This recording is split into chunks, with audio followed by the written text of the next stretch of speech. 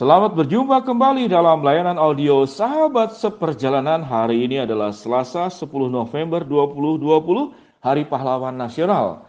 Sahabat Seperjalanan, tema renungan dan saat teduh kita hari ini yaitu berjudul Indahnya Keberhasilan. Indahnya Keberhasilan. Firman Tuhan terambil dari Mazmur pasal yang pertama, ayat yang ketiga. Demikian bunyi firman Tuhan. Ia seperti pohon yang ditanam di tepi aliran air, yang menghasilkan buahnya pada musimnya dan yang tidak layu daunnya. Apa saja yang diperbuatnya berhasil. Mari kita berdoa.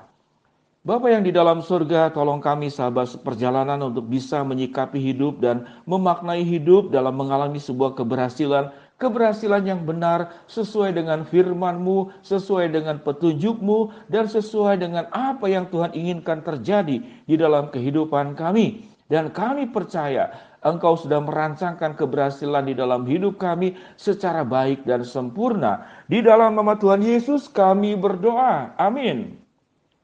Sahabat seperjalanan yang dikasihi Tuhan, siapa yang tidak ingin berhasil dalam hidup ini? Semua ingin berhasil dalam kehidupan ini. Namun sewaktu kita boleh bertanya, berapa banyak orang kemudian di masa tuanya dia merasa berhasil? Rasanya mungkin jumlah yang merasa tidak berhasil jauh lebih banyak daripada yang merasa berhasil. Pertanyaannya, di mana salahnya?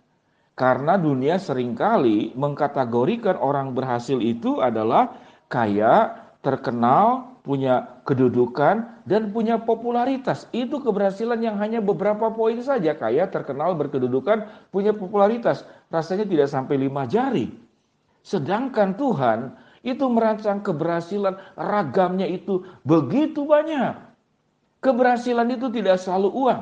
Keberhasilan tidak selalu kedudukan. Keberhasilan juga tidak selalu dengan popularitas. Berapa banyak orang yang berhasil, yang kaya, populer, terkenal, berkedudukan, namun di penghujungnya tidak berhasil. Keberhasilan sesungguhnya adalah tatkala kita memiliki makna hidup yang benar dan hidup bersama dengan Tuhan, menjalani kehidupan ini dengan benar. Ini poin yang utamanya. Apa yang dikatakan firman Tuhan? Apa hidup yang benar? Di dalam ayat yang pertama, Mazmur dikatakan, jangan berjalan di jalan orang fasik, jangan berdiri di jalan diberi orang berdosa, dan jangan duduk dalam kumpulan pencemooh. Tetapi yang kesukanya adalah Taurat Tuhan, yang merenungkan Taurat itu siang dan malam. Ini makna hidup, tujuan hidup, dan hidup yang dekat dengan Tuhan. Sewaktu kita hidup dekat dengan Tuhan, hidup di dalam firman Allah, apapun keadaan hidup kita, kita akan menjadi disebut sebagai orang-orang yang berhasil di dalam Tuhan. Tatkala kita hidup benar, mengandalkan Tuhan, bersandar kepada Tuhan, maka ada keberhasilan lainnya, keberhasilan bonus yang indah yang terjadi dalam kehidupan kita. Karena mengapa? Orang yang hidup benar, yang bergaul dengan Tuhan dengan benar, yang tidak hidup di dalam berdosa, yang taat kepada Taurat Tuhan, Alkitab mengatakan dia seperti pohon yang ditanam di tepi aliran air, yang menghasilkan buah pada musimnya, yang tidak layu daunnya, dan apapun yang dikerjakannya akan berhasil. Ini janji kebenaran firman Allah. Jadi ada orang yang tidak berhasil dalam kehidupannya itu adalah berkemungkinan karena dia tidak hidup di dalam Tuhan. Tapi ada yang berkata, Pak Wendy, itu ada orang kaya tidak kenal Tuhan, ada orang berkedudukan tidak kenal Tuhan, ada orang populer tidak kenal Tuhan, tapi mereka berhasil. Betul, mereka berhasil dalam kekayaan, mereka berhasil di dalam kedudukan, mereka berhasil di dalam popularitas. Namun mereka kehilangan makna hidup, karena apa yang dikerjakannya semata-mata untuk diri sendiri. Maka itu di mata Tuhan, mereka bukan kelompok orang berhasil. Mereka tidak berhasil. Mereka berhasil dalam pencapaian di dalam mata dunia, namun tidak berhasil di dalam pandangan Tuhan. Orang yang berhasil sesungguhnya adalah dia hidup benar di hadapan Tuhan, mengikuti jalan Tuhan, taat kepada firman Allah, dan ekses daripada orang yang taat kepada firman Allah, maka hidupnya juga akan baik. Dia akan punya karakter yang baik, dia akan menjadi orang yang bertanggung jawab, dia akan orang yang mudah memaafkan, dia akan orang yang menjadi orang yang mudah bersyukur. Energi yang keluar dari dirinya adalah energi positif. Dia berdiskusi tentang ide, tentang masa depan, tidak mendiskusikan kejelekan-kejelekan orang lain. Orang yang dekat dengan Tuhan juga positif, dia berani menghadapi resiko, dia menghargai dirinya sendiri. Dia juga orang yang murah hati untuk bisa tatkala berhasil, dia bisa menolong orang lain juga untuk berhasil. Dia punya target. Dia tetap mau belajar, dia tetap mampu mengoreksi diri.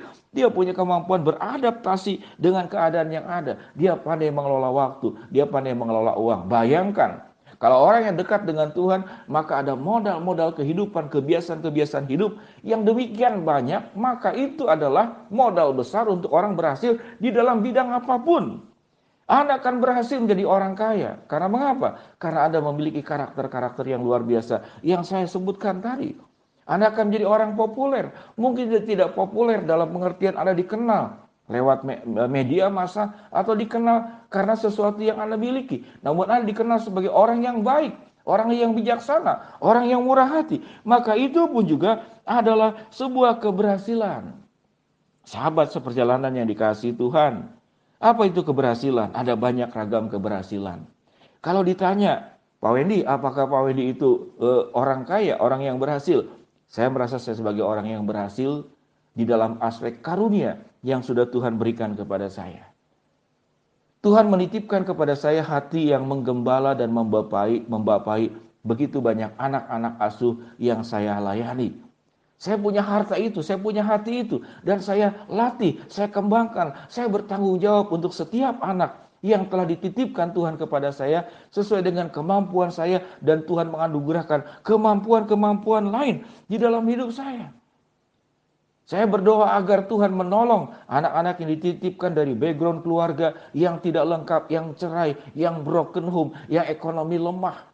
Tuhan kirim dan titipkan kepada saya, dan ada orang mengatakan, Pak ini kalau ngurus anak-anak demikian sabar. Bukan sabar, tapi karena saya melatih dengan taat kepada kebenaran firman Allah. Maka keberhasilan saya, mungkin saya tidak orang kaya, tapi saya kaya di dalam mengasihi anak-anak ini. Itulah keberhasilan. Jadi keberhasilan itu bisa banyak. Sewaktu Anda menjadi ayah yang baik, ibu yang baik, tetapi ekonomi biasa saja, Anda menjadi orang yang berhasil.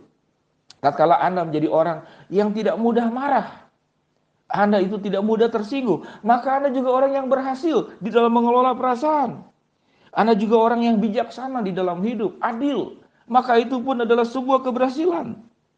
Keberhasilan juga karena Anda juga bisa bersyukur di dalam setiap keadaan yang ada. Sehingga sikap syukurmu dalam karakter-karakter ilahi yang kau miliki itu memberkati orang lain. Maka kehidupan yang berhasil itu sesungguhnya adalah adil. Setiap orang bisa berhasil di dalam kehidupannya sesuai dengan kebenaran firman Allah. Itu sesuai dengan karunia yang sudah Tuhan titipkan kepada kita. Kalau karunia dikatakan 1, 2, dan 5, seringkali kita berpikir tentang jumlah. Tapi saya coba untuk mengkategorikan karunia itu berdasarkan warna. Anda kalau warnanya kuning, biarlah Anda menjadi warna kuning yang berhasil dalam warna kekuninganmu. Kalau itu adalah warnanya merah, merah tanda semangat, maka Anda berhasil untuk menyikapi sikap-sikap semangat. Kalau ada warna biru, Anda seperti langit.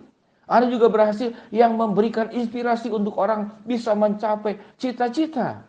Kalau Anda itu warnanya coklat, Anda itu berhasil untuk orang itu berani bekerja keras. Karena coklat itu seperti warna tanah, dan tanah itu biasanya urusannya dengan petani. Anda menjadi berhasil orangnya apa? Orang yang bisa bekerja keras. Orang yang bisa dipercaya untuk mengelola sesuatu yang sudah dipercayakan orang lain kepada kita. Sahabat seperjalanan yang dikasihi Tuhan, ada satu lagi keberhasilan yang tertinggi, yaitu tatkala Anda berhasil untuk menyikapi kegagalan. Hidup ini selalu ada kegagalan. Namun kegagalan itu sesungguhnya adalah sebuah sekolah yang diberikan oleh Allah untuk menjadikan kita belajar kepada Tuhan, dan setiap keberhasilan itu melalui sebuah proses. Jangan takut dengan kegagalan, karena kegagalan adalah sekolah. Keberhasilan itu indah sewaktu kita bisa menyikapinya dengan benar. Mari kita berdoa. Bapa yang di dalam surga, hamba-Mu berdoa untuk sahabat seperjalanan yang sedang sakit di rumah maupun di rumah sakit. Tuhan jamah, Tuhan sembuhkan. Sahabat seperjalanan yang sedang menghadapi masalah, kesulitan, tantangan, dan persoalan hidup, Tuhan bukakan jalan. Bagi kami yang sedang berdoa mengharapkan sesuatu, Tuhan akan kabulkan sesuai dengan waktu, rencana, dan kehendak-Mu. Tolong kami semua sahabat seperjalanan untuk bisa memahami keberhasilan itu dengan benar sesuai dengan terang kebenaran firman Allah.